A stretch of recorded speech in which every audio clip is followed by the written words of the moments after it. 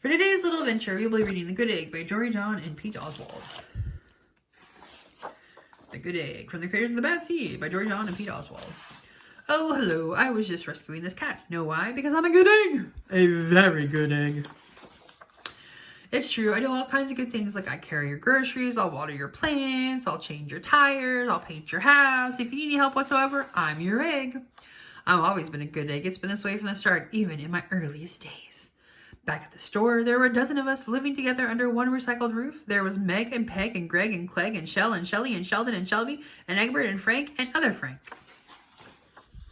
The other clever eggs went on their best behavior. They weren't exactly good. They ignored their bedtime. They only ate sugary cereal. They threw tantrums. They cried for no reason. They broke their stuff on purpose.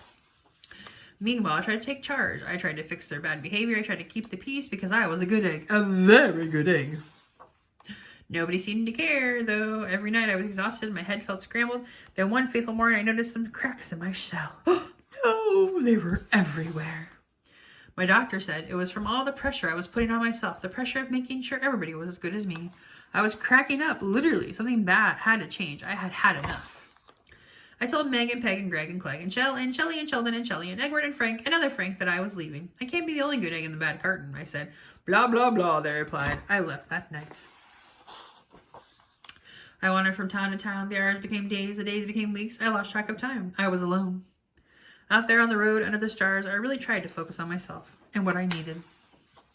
I took walks. I read books. I floated in the river. I wrote in my journal.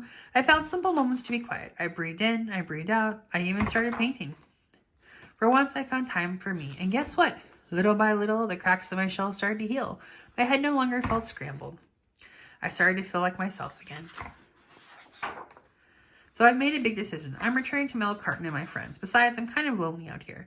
This time, I know what I need to do. I'll try not to worry so much. I'll be good to my fellow eggs while also being good to myself. Here we go. Everybody missed me. I miss them too. Welcome home. Hello, Meg, Howard, Peg. Hey, Greg. Greetings, Clegg. What's up, Shell? Aloha, Shelly. Hey ho, Sheldon. Hi, Shelby. Good day, Egbert. What's happening, Frank?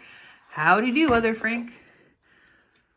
Sure, every once in a while, somebody's still a little bit bad, but it's not like before. Here's what I realized. The other eggs aren't perfect, and I don't have to be either. I'm okay with that. Yep, the old carton is back together. We're a solid dozen again. It's good to be home. The end.